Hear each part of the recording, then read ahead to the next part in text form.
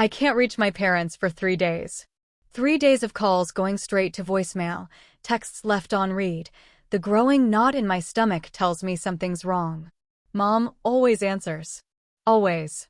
Even when she's tired, even when she's scared, even when she's dealing with another one of my brother's messes. She always picks up the phone. So I drive to Reno at 10 at night, my hands gripping the steering wheel like it's the only thing keeping me from falling apart.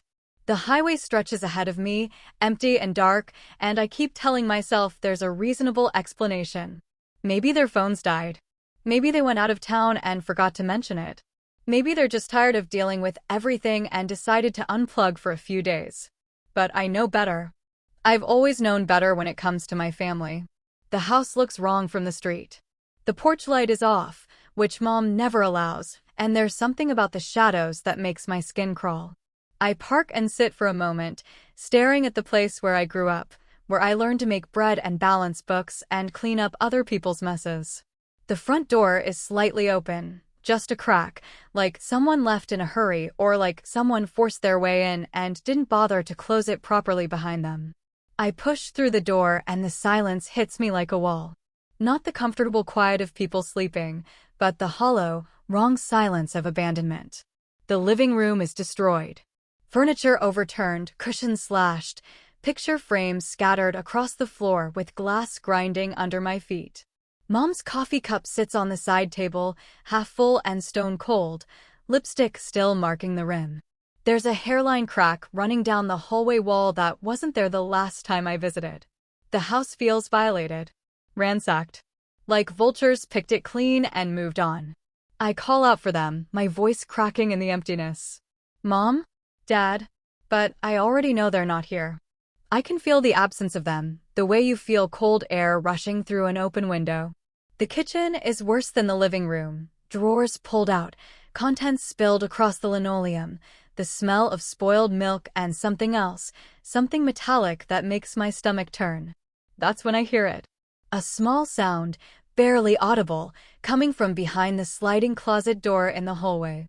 Like fabric rustling or maybe breathing.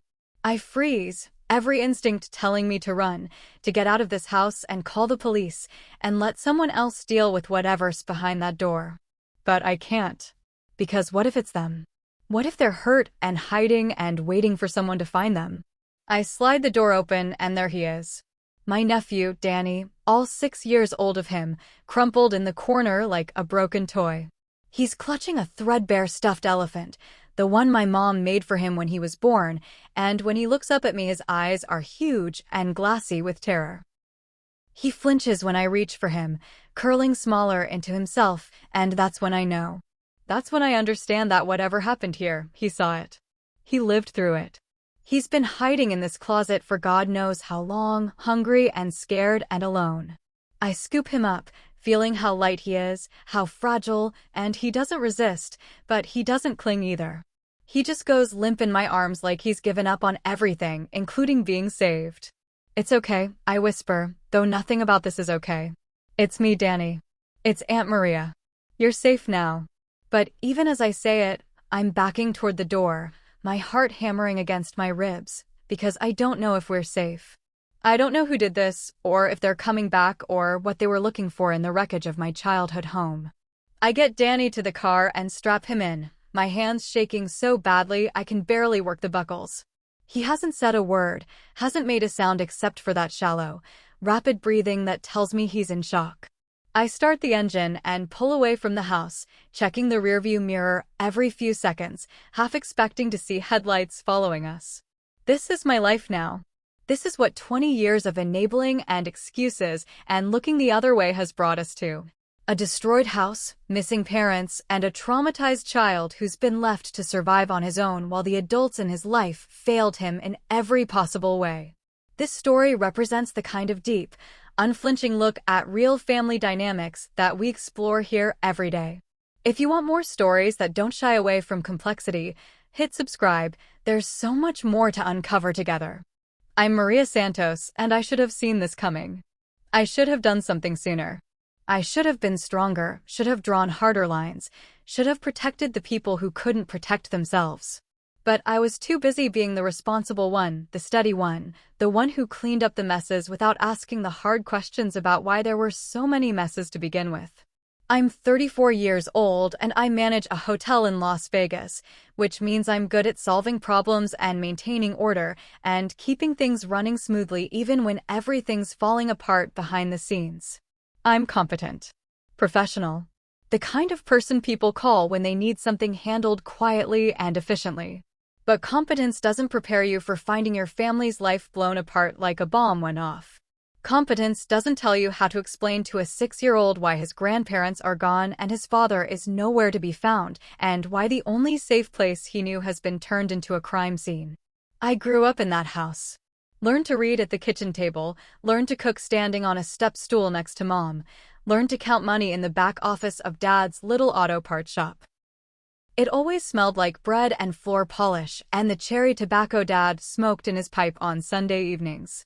It was modest but clean, proud but not pretentious, the kind of place where neighbors knew each other's names and kids played in the streets until the streetlights came on. Mom would pack my lunch every morning in brown paper bags that she decorated with little drawings, flowers, hearts, sometimes my name in bubble letters. Dad would drive me to school on his way to the shop, the radio playing oldies that he'd sing along to in his off-key baritone. They weren't perfect, but they were steady. Reliable. The kind of parents who showed up to school plays and helped with homework and never missed a birthday. But even then, there were fault lines.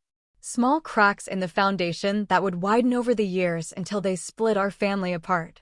Danny's father, my younger brother Marcus, was always different. Special.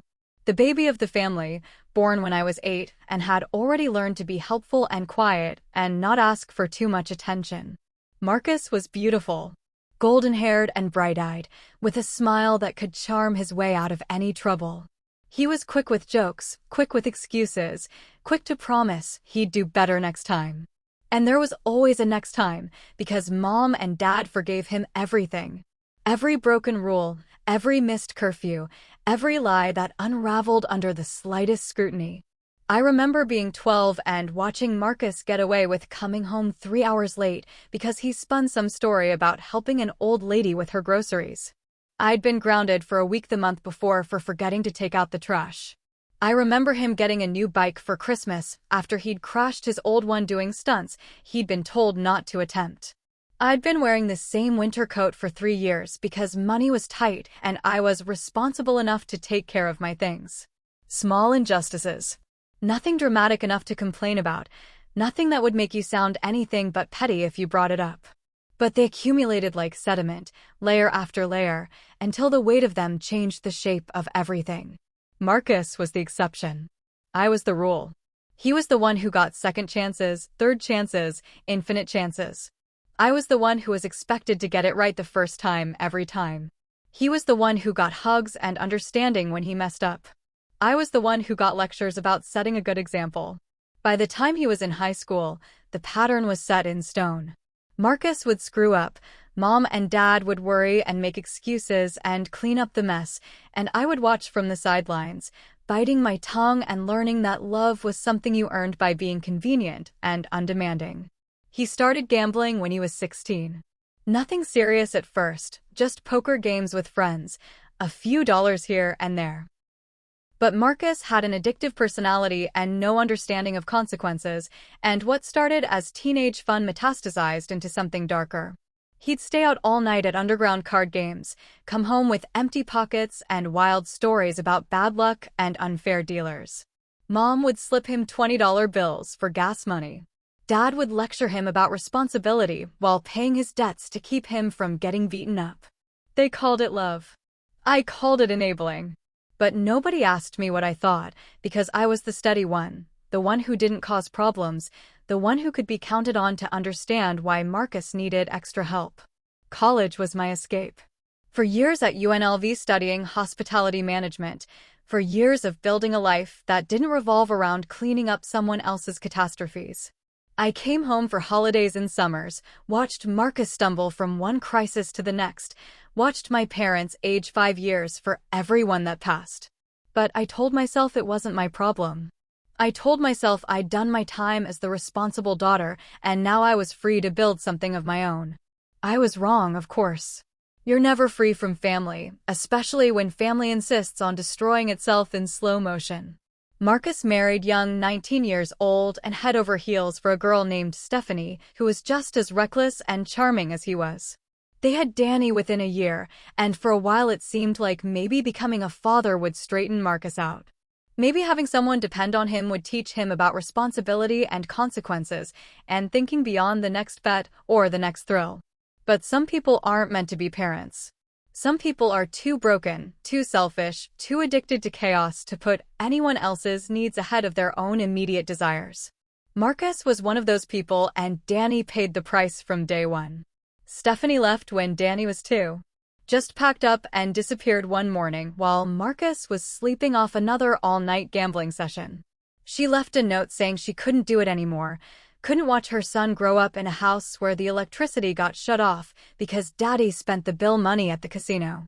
I never blamed her for leaving. I blamed her for leaving Danny behind. So Mom and Dad stepped in. Again.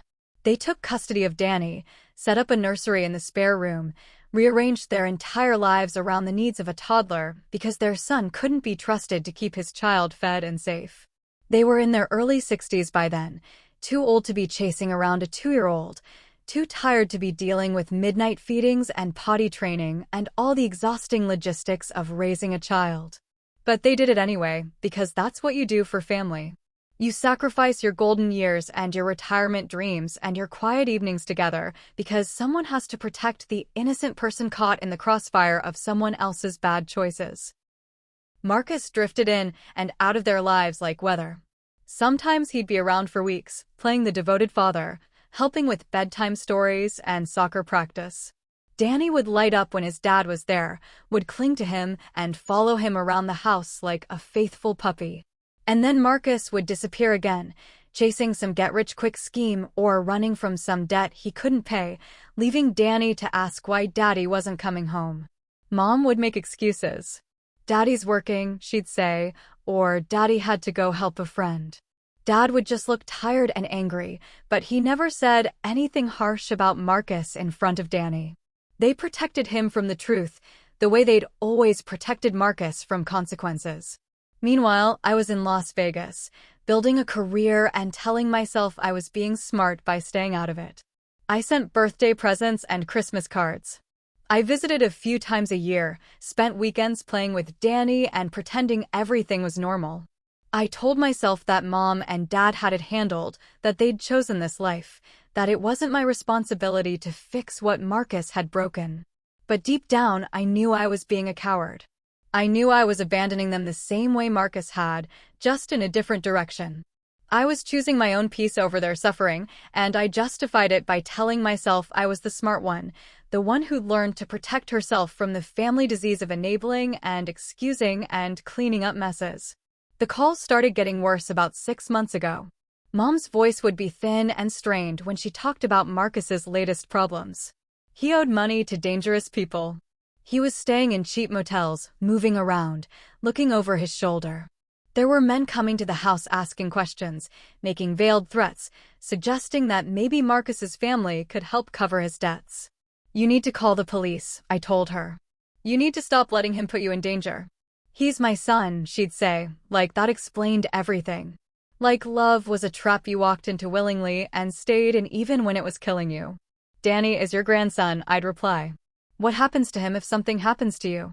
But she'd always change the subject, or find some excuse to get off the phone, or promise she'd talk to Dad about it without ever actually doing anything.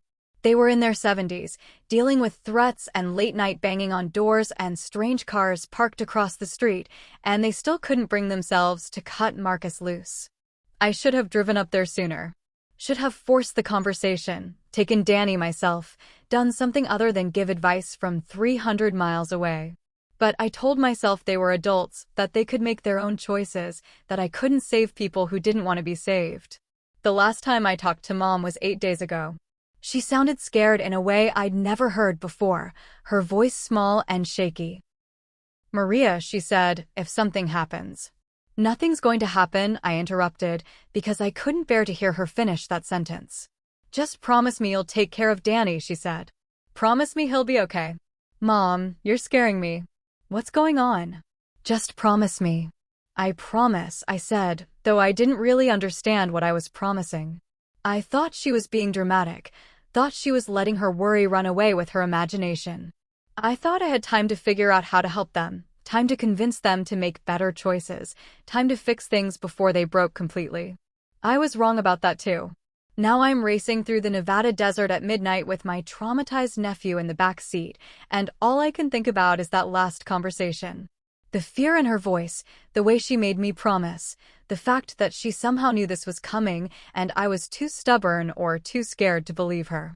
The emergency room at Renown Regional is bright and sterile and busy even at this hour. I carry Danny through the automatic doors, and he still hasn't spoken, still hasn't cried, still hasn't done anything but stare at me with those huge, hollow eyes. The triage nurse takes one look at him and gets us into a room immediately. Dehydration. Hunger. Acute stress response. The doctor speaks in calm, professional tones while hooking Danny up 2 and 4, checking his reflexes, asking gentle questions that he won't answer. They estimate he was alone in that closet for at least 2 days, maybe 3. 2 days hiding in the dark while his world fell apart around him, waiting for someone to come find him. I sit beside the hospital bed, holding his small hand in mine, and I make him a promise that I know I can keep. I'll handle this, I whisper. You're safe with me. Whatever happened, whatever's going on, I'm going to fix it. His fingers are cold and thin, like bird bones. He doesn't respond, doesn't even blink, but I feel like he's listening. I feel like somewhere inside that shocked silence, there's still a little boy who wants to believe that adults can protect him, that someone will make the bad things go away. The social worker arrives an hour later. Kind eyes, tired smile, clipboard full of forms that need to be filled out. She explains about mandatory reporting, about investigations, about the process that will unfold now that we've officially entered the system. I answer her questions mechanically, providing names and addresses and relationships, trying to explain a family history that's too complicated for checkboxes and form fields. Yes, there have been concerns about the father's lifestyle. Yes, there have been previous incidents involving gambling debts and threatening behavior. No, there have never been formal complaints filed. No, the grandparents never asked for help from Child Protective Services. We'll need to contact the police, she says gently.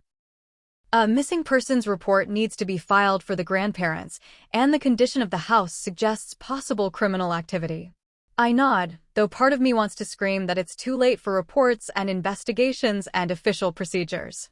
Part of me wants to grab Danny and run, to disappear into the anonymity of a big city where no one knows our history and we can start over without all this bureaucratic machinery grinding away at what's left of our lives.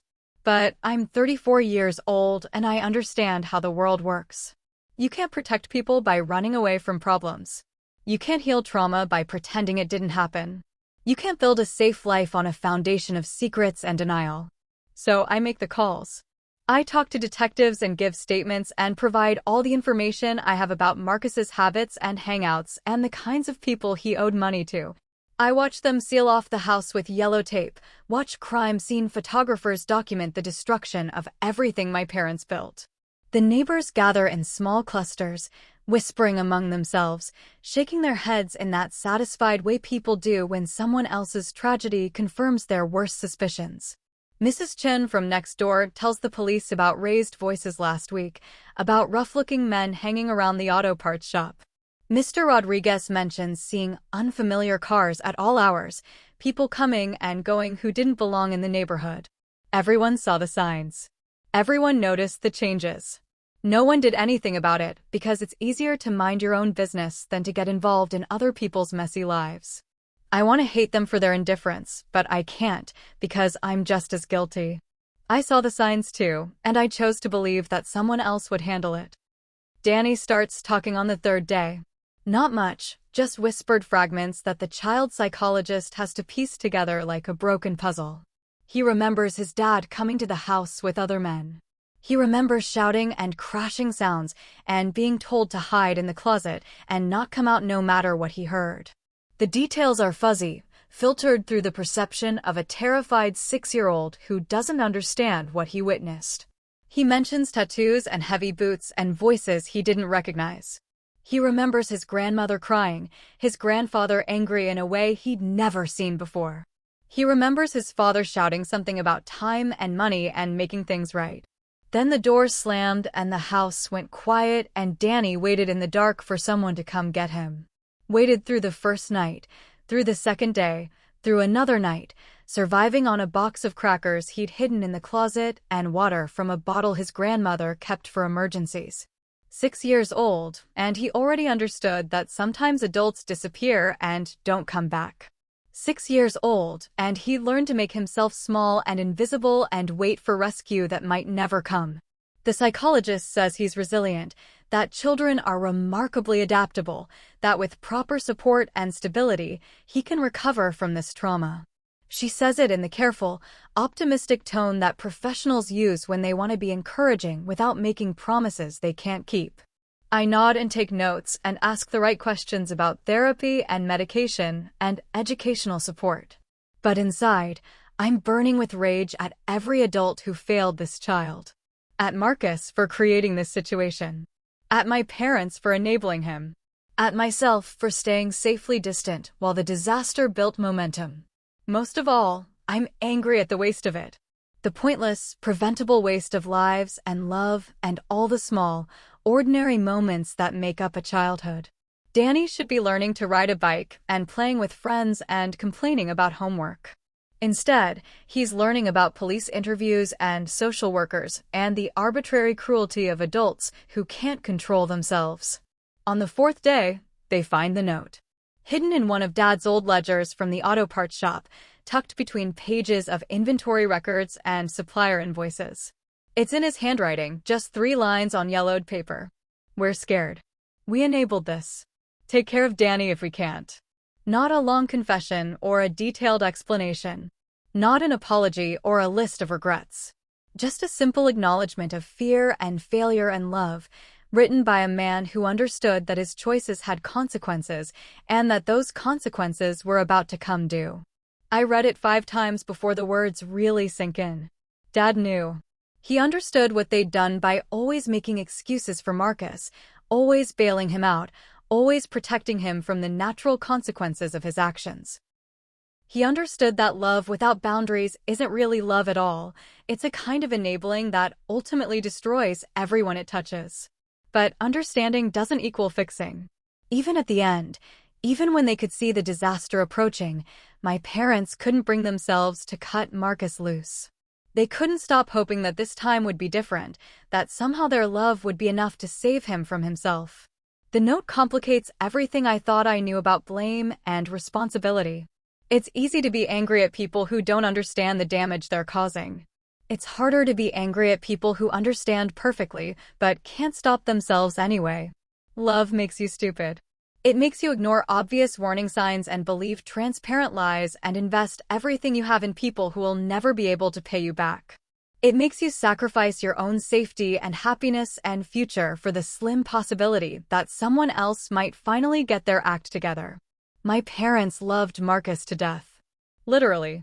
They loved him so completely and unconditionally that they couldn't see how their protection was actually destroying him, how their refusal to let him fail was preventing him from ever learning to succeed. And now Danny is the one paying the price for that kind of love. A 6-year-old boy whose childhood ended in a closet, whose sense of safety and stability was shattered by adults who couldn't figure out the difference between helping and enabling. The investigation moves quickly once they have the note and Danny's statement and all the evidence from the house.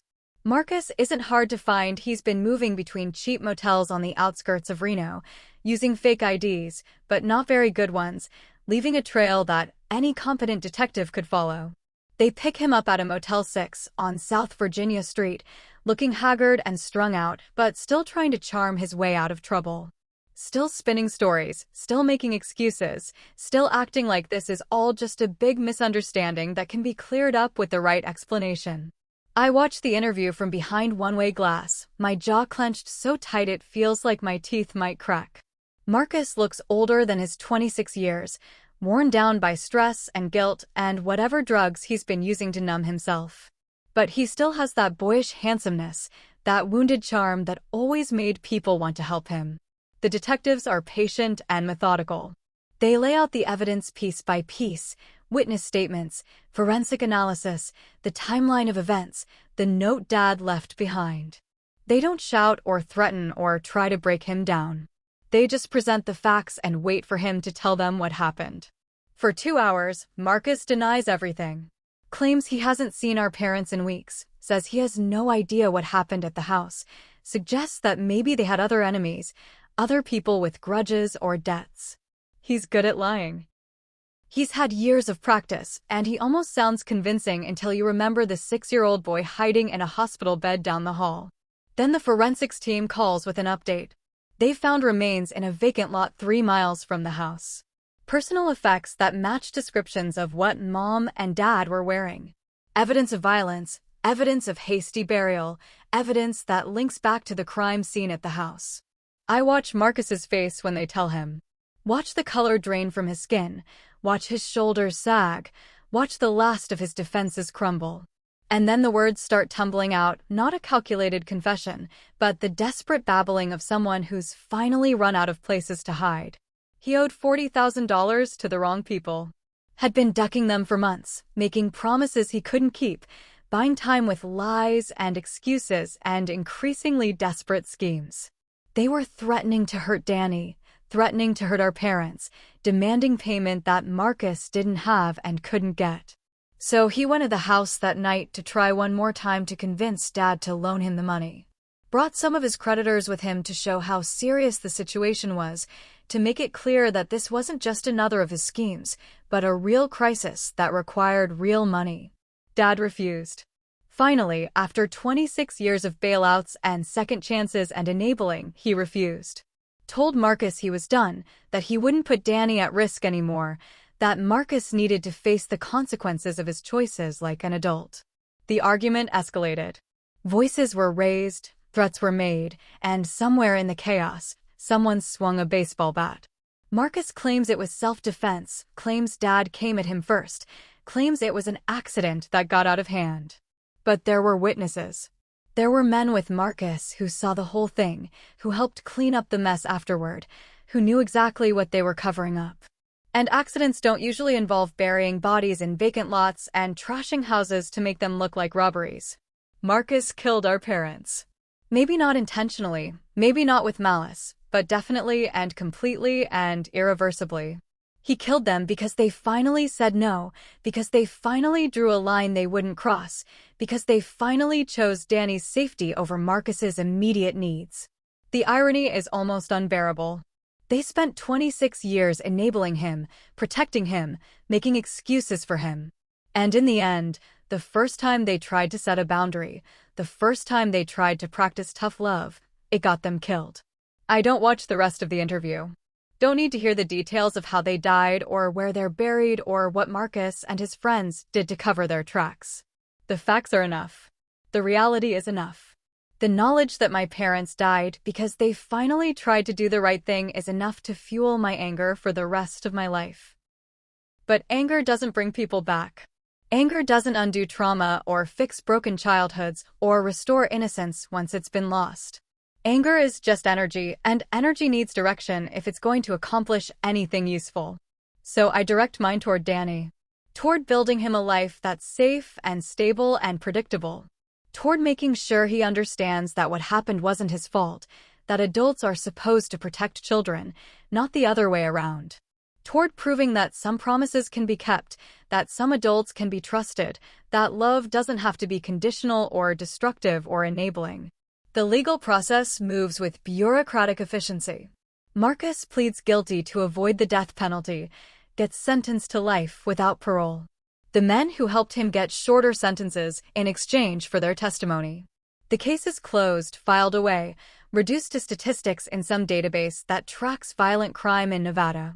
There's a small service for Mom and Dad at the funeral home where they had their wedding reception 43 years ago. Not many people come, most of their friends were already gone, and the circumstances of their death make everyone uncomfortable. Nobody knows what to say about a murder in the family, about a son who killed his parents, about the kind of enabling that leads to graveyards. I speak briefly, talking about their generosity and their work ethic and their love for Danny. I don't mention Marcus. I don't talk about the patterns that led to this moment or the choices that created this tragedy. I just try to remember them as they were before everything went wrong, before love became a weapon that destroyed the people it was supposed to protect. Danny doesn't come to the service. He's not ready for that kind of finality, that kind of formal goodbye. He's still processing the fact that his grandparents are gone, still working with the psychologist to understand concepts like death and permanence, and why sometimes people don't come back. Instead, we have our own private ceremony. Just the two of us in the hospital room, looking through photo albums and talking about good memories. I tell him stories about his grandparents when they were younger, about holidays and birthdays and ordinary Tuesday afternoons when nothing dramatic happened. I try to give him a foundation of love and stability to build on, something stronger than the chaos and violence that ended their lives. The state awards me temporary custody pending a full evaluation. Social workers interview me, examine my finances, inspect my apartment, conduct background checks and psychological assessments. They want to make sure I'm stable enough and committed enough and equipped enough to raise a traumatized child. I understand their caution. Too many kids get shuffled around the system because well-meaning relatives think they want to help but aren't prepared for the reality of raising someone else's child.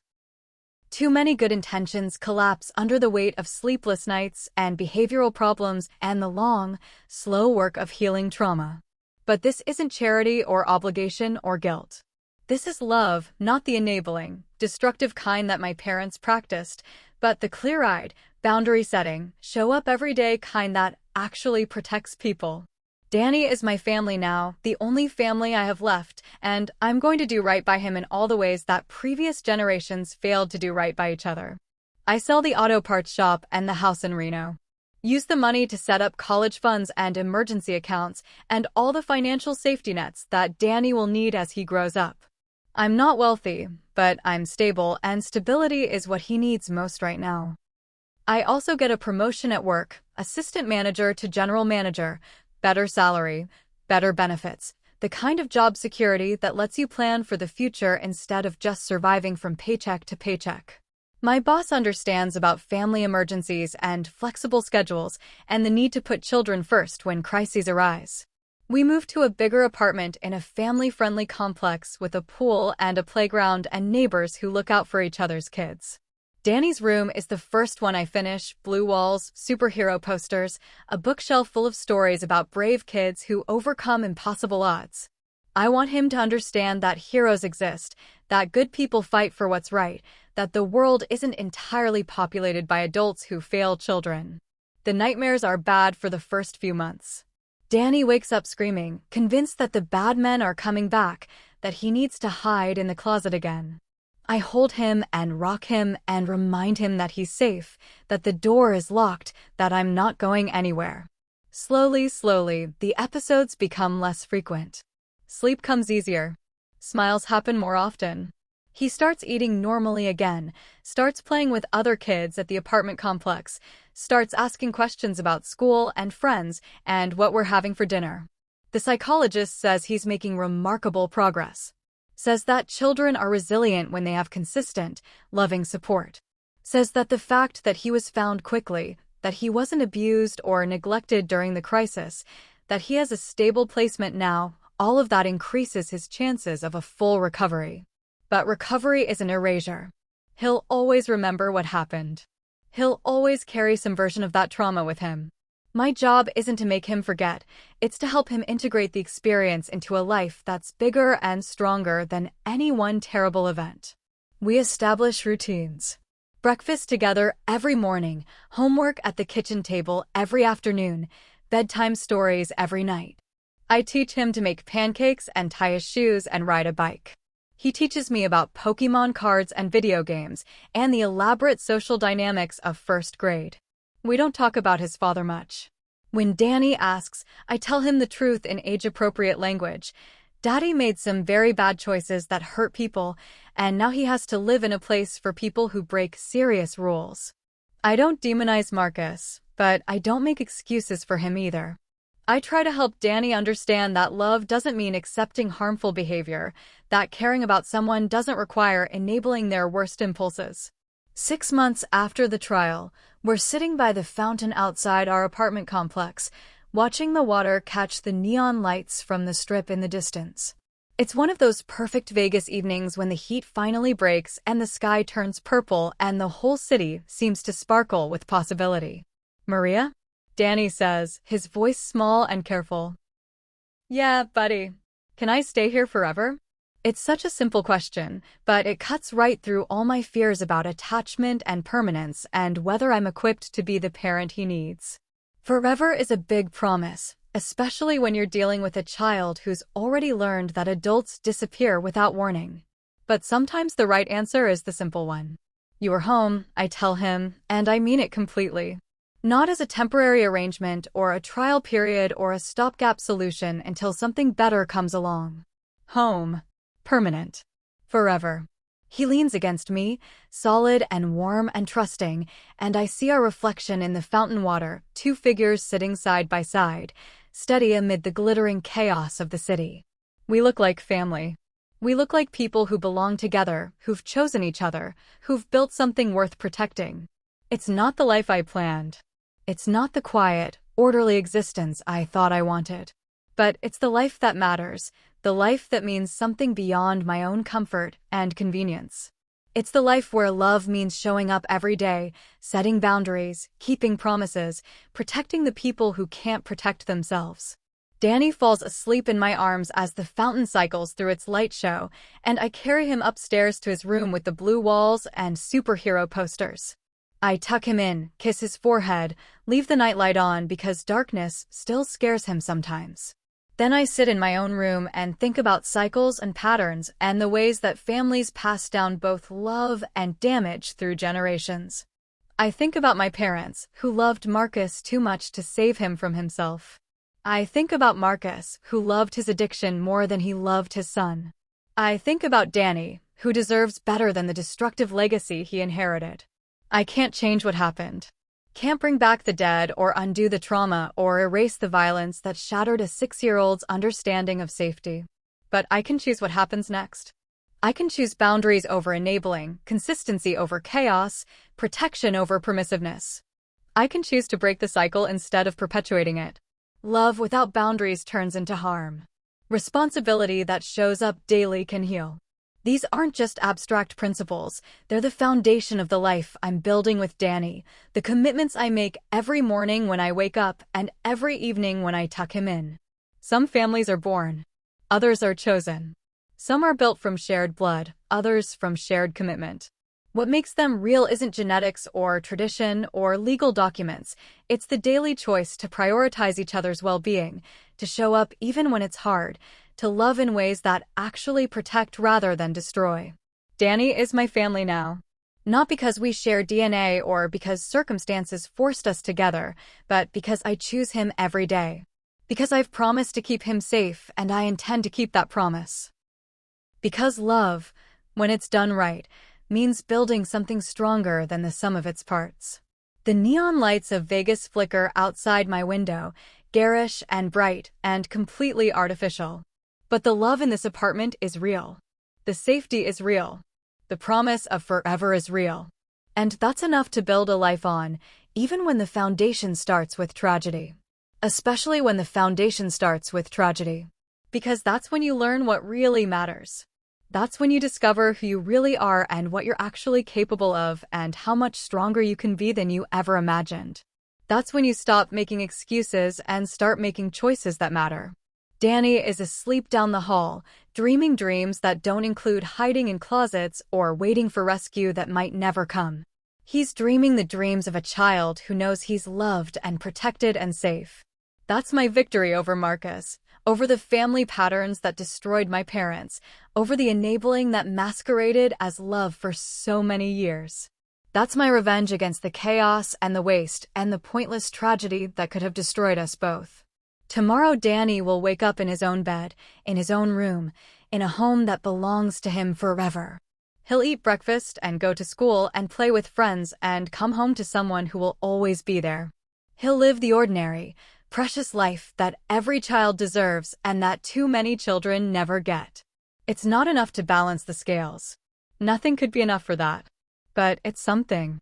It's hope made concrete, love made practical, healing made possible through the simple act of showing up consistently for someone who needs you.